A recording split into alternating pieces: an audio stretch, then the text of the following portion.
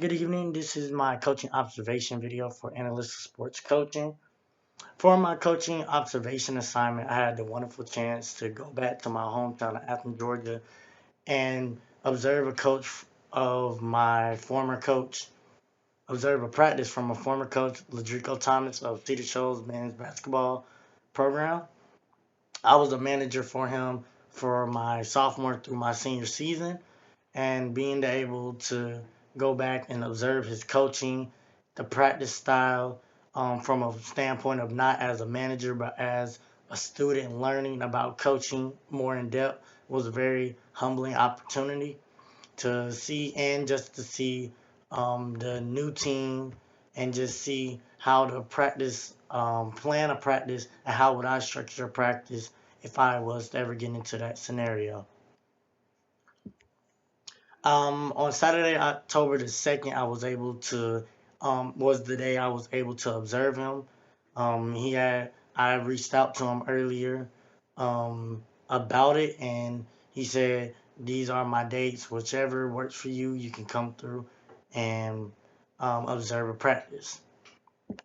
I was able to meet up earlier with him before practice to understand how would he structure practice, like what does he do going in before each practice, and how would that entail for his how about his structure of his practice plan. He usually, since it was preseason practice, all you can do is just typically work out and do mild drills because you're coming into a new season.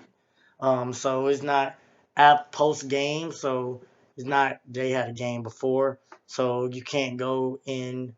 um you cannot go in thinking about, oh, last night we didn't do good shooting threes, so we gotta practice shooting threes. Since it's preseason, the last season been ended for months, and you had your summer games. The tournament has been a minute since then. You have your group going set for, you know what they need to work on and what they need to improve on, and then other stuff in general went all into his practice plan for that day.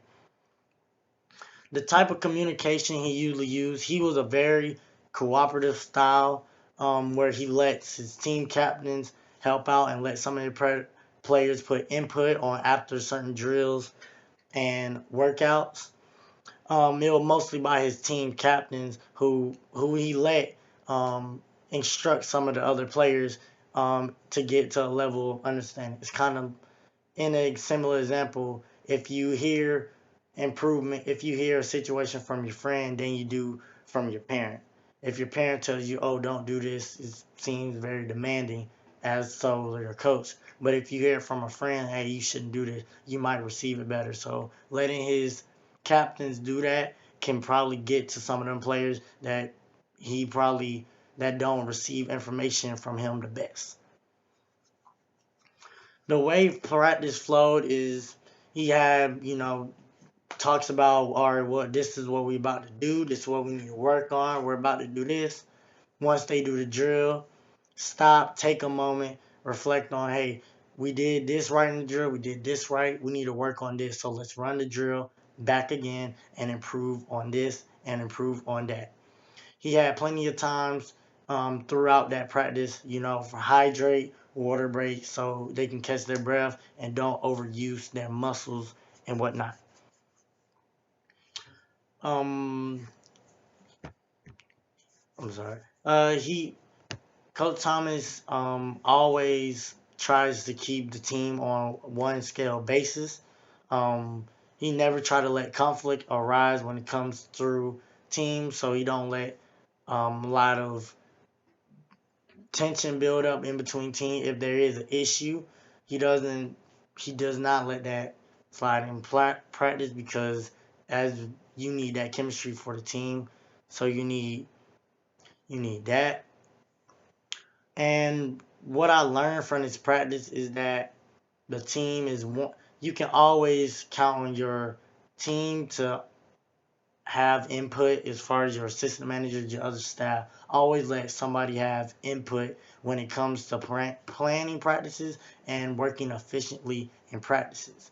You want to have input from everyone and everybody. If a player steps up to the plate and says, "Hey, coach, I need to improve on this," let him let him get a chance to speak on why he needs to improve it, and let him self-reflect during practice and after practice.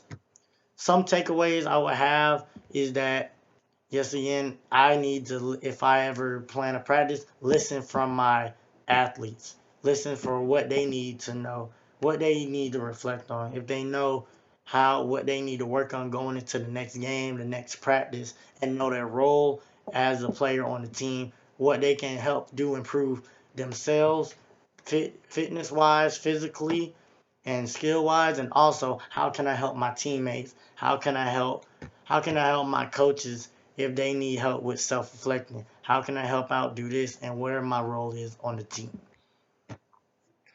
And that it also entails with life. You know your role in the world, you know your role in your job place. Transitioning, just using these skills from basic practice can help all the way even into your life role. And that's something I'll definitely take away from being able to observe my former coach. Thank you.